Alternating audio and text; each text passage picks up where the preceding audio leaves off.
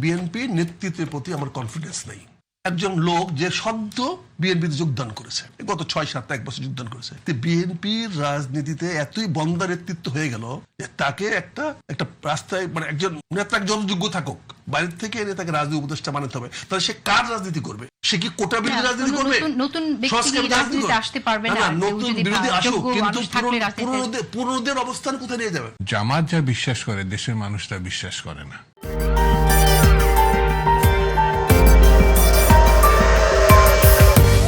বিএনপির নেতৃত্বের প্রতি আমার কনফিডেন্স নেই, এটা আমি প্রকাশ্যে বলছি, গোপনে বলছি না। ওকে, বিএনপির রাজনৈতিক দল হিসাবে এখন আমি মনে করি বেস্ট দল, সুপার দল, কিন্তু দলটা এখন যাদের নেতৃত্বে চলতেছে আমি সেই নেতৃত্বের প্রতি আমার আস্থা নাই।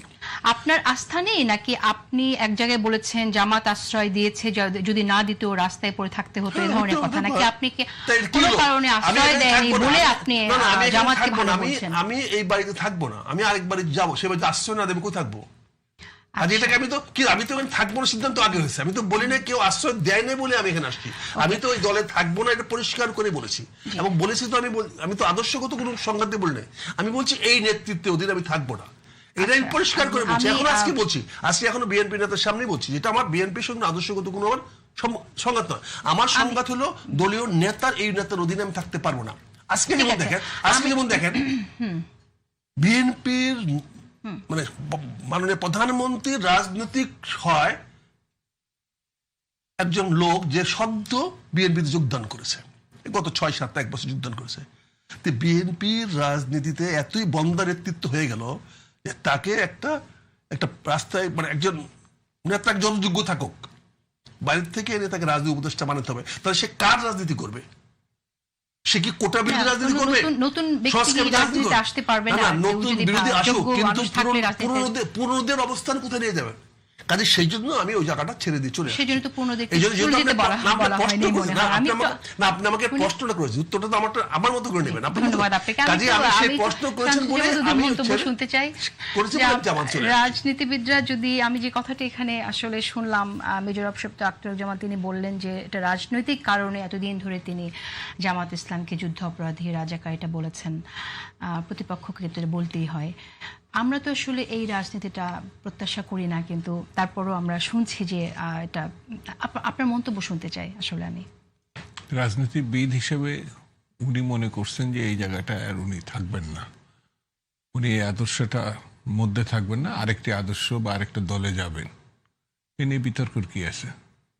বিতর্কের কোনো কিছু নাই, কিন্তু রাজনীতিবিদদের কাছ থেকে তো আমাদের প্রত্যাশা যে আদর্শের রাজনীতিটা আপনারা করবেন। না, এটা রাজনীতিবিদ তো সবাই। গোলাম আজম সাহেবের রাজনীতিবিদ, মৌলানা ভাসানুর রাজনীতিবিদ, শ্রী জিয়া রহমান রাজনীতিবিদ, সামরিক বাহিনী থেকে আসলো। তো আপনি কমিউনিস্ট, এরাও রাজনীতিবিদ, উগ্র ধর্মন্ধ গোষ্ঠী রাজনীতিবিদ। তা আপনার দৃষ্টিভঙ্গিটা আপনি নিজে কোনটা পছন্দ করবেন সেখানে আপনি যাবেন। এখন কেন আমরা এই অভিযোগ শুনি যে এখনো গুপ্ত সুপ্ত, এবং পত্রিকায় আমাদের তাদের এটা কৌশল হতে পারে, ছাত্রলীগের মধ্যে থাকছে। রাজনৈতিক দল হিসাবে যদি কোনো আপনি ওই কৌশল আপনার পছন্দ না হয় বলতে পারেন, কিন্তু সে তো তার দলের মনে হয়েছে যে সরকারের সঙ্গে থেকে বেঁচে থাকবে, গুপ্ত, অর্থাৎ ছাত্রলীগের নাম ধরে থাকবো। ছাত্রলীগের যারা এখন এসছে অধিকাংশই ছাত্রলীগ হিসাবে তারা মনে করছেন, শিবির বলে মনে করছে। শিবিরও তাদের স্বীকৃতি দিচ্ছে। কেন দিচ্ছে শিবির ভালো বলতে ব্যাখ্যা করতে পারবে। তো আমার কাছে মনে হয়েছে রাজনীতি সংগঠক বা রাজনীতিবিদদের এক ধরনের স্বাভাবিক সুস্থ ভূমিকা থাকা উচিত। যেমন গণতান্ত্রিক রাজনীতি যারা করবে আর বিপ্লবের রাজনীতি যারা করবে এটা আলাদা। গণতন্ত্র 3টে ঠিকানা, একটি হচ্ছে রাজপথ, একটা জেলখানা, একটা বাসা, প্রকাশ্যে থাকতে হবে আপনার, এটা গণতান্ত্রিক রাজনীতি। আর বিপ্লবী রাজনীতি ঝোড় জঙ্গলে গুপ্ত, হয়তো আপনি এত বড় লেবাস নিচ্ছেন ইসলামী কিন্তু আসলে সে কমিউনিস্ট, এটা হতে পারে, সেটা বিপ্লবী রাজনীতি। তো জামাত শুনি যে মেজর আখতারুজ্জামানের কাছ থেকে যে এখন সেই পথে যাচ্ছে, বিপ্লবী রাজনীতি করতো জামাত, কিন্তু সেখান থেকে মানে বিপ্লবের মধ্যে দিয়ে ইসলাম প্রতিষ্ঠা করবে, কিন্তু এখন তারা সেই বিপ্লবের জায়গাতে সরে এসে গণতান্ত্রিক ধারায় তারা এসছে, চলে এসেছে। আপনি কি নিশ্চিতভাবে বলতে পারেন যে শিবির জামাতের সংগঠন? নিশ্চিতভাবে বলা যায় আমাদের সংগঠন না, বাট শিবির হলো শিবির থেকে তৈরি হয়ে আসো, তারপর আমরা করব। শিবির হলো- কারণ শিবির ওখানে তৈরি তো নিজেরা বলছে যে আমরা লেজুর ভিত্তিক রাজনীতি করি না। করে না। সে তার রাজনীতিতে তার সভাপতি হওয়ার পরে আউট অফ দিস, তারা কোথায় যাবে সেটা অন্য, তাদের কোনো কম্পালশন নাই তুমি জামাতে জয়েন করতে পারে, but Jamaat pick them up. আমার বিএনপি পিক করছে অনেককে, এরকম অনেক আছে যারা ভালো কাজ করেছে, তারা হয়তো করেছে। ফলে কি হচ্ছে, তারা একটা নেতৃত্বের একটা ফার্স্ট ট্রেন্ড আপ, একটা প্ল্যাটফর্ম তৈরি করে দিচ্ছে শিবির। সেখানে ইসলাম শিখিয়ে দিচ্ছে, ধর্মটাকে গুরুত্ব শিখিয়ে দিচ্ছে, সাংগঠনিক তত্ত্ব শিখিয়ে দিচ্ছে, রাজনীতির প্রেক্ষাপট বুঝিয়ে দিচ্ছে, তাকে ত্যাগী করে শিখিয়ে দেওয়া হচ্ছে। এবং হুকুমতে ইল্লাল মানে তাকে হুকুমত মানে তাকে আপনার সার্বভৌমত্ব কায়েম, আল্লাহ সার্বভৌমত্ব কায়েম কিভাবে আল্লাহ প্রতিষ্ঠা করবে কায়েম সেটা ট্রেনিং এবং দেওয়া হচ্ছে। রাষ্ট্রের চিন্তা, জনগণের কল্যাণ এবং সুচরিত্রবান হওয়া।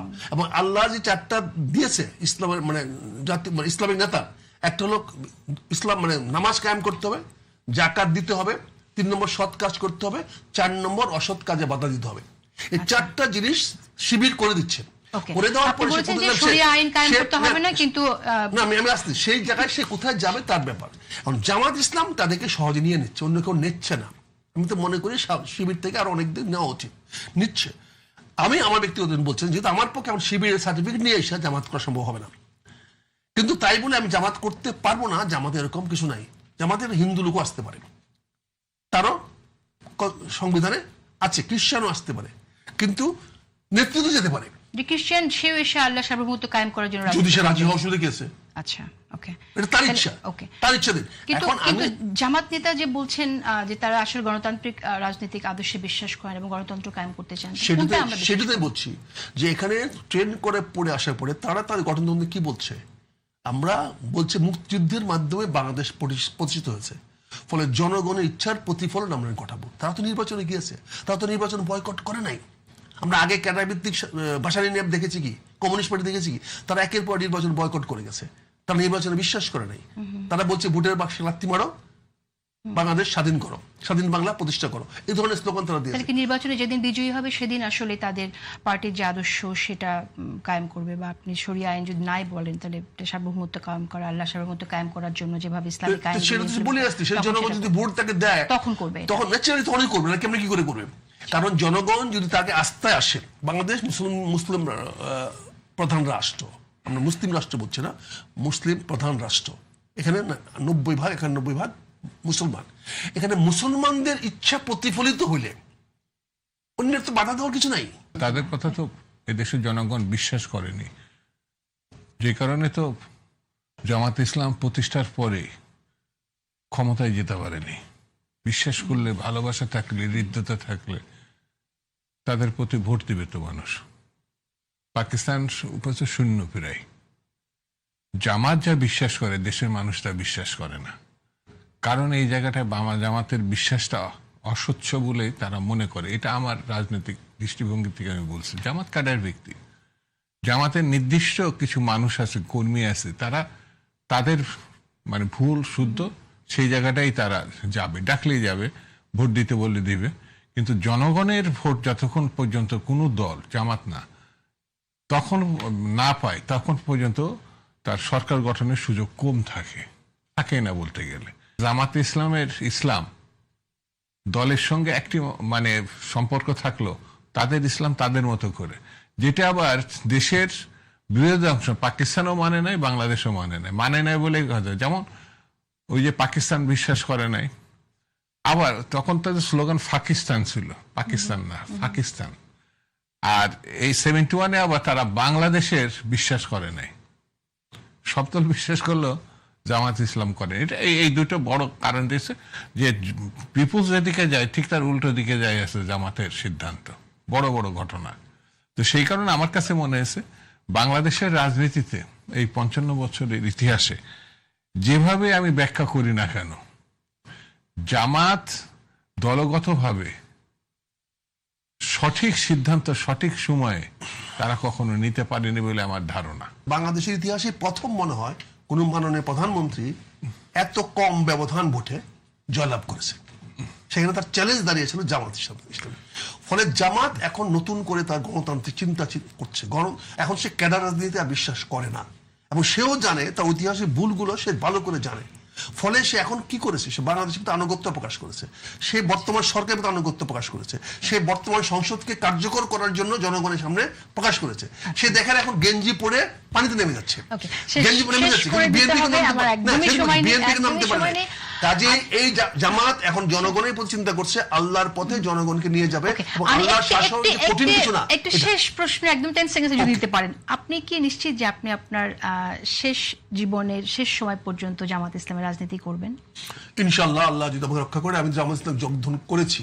দেখেন, আমি তো বিএনপির বেগম খালেদা জিয়ার আমলে বিএনপিতে সরে আসি নাই।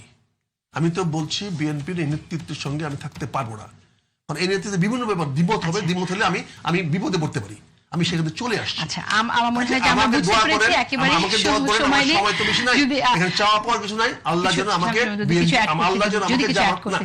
যেন আমাকে জামাত ইসলাম পর্যন্ত শেষ পর্যন্ত থাকে, এই তৌফিক যেন আল্লাহ আমাকে দেয়।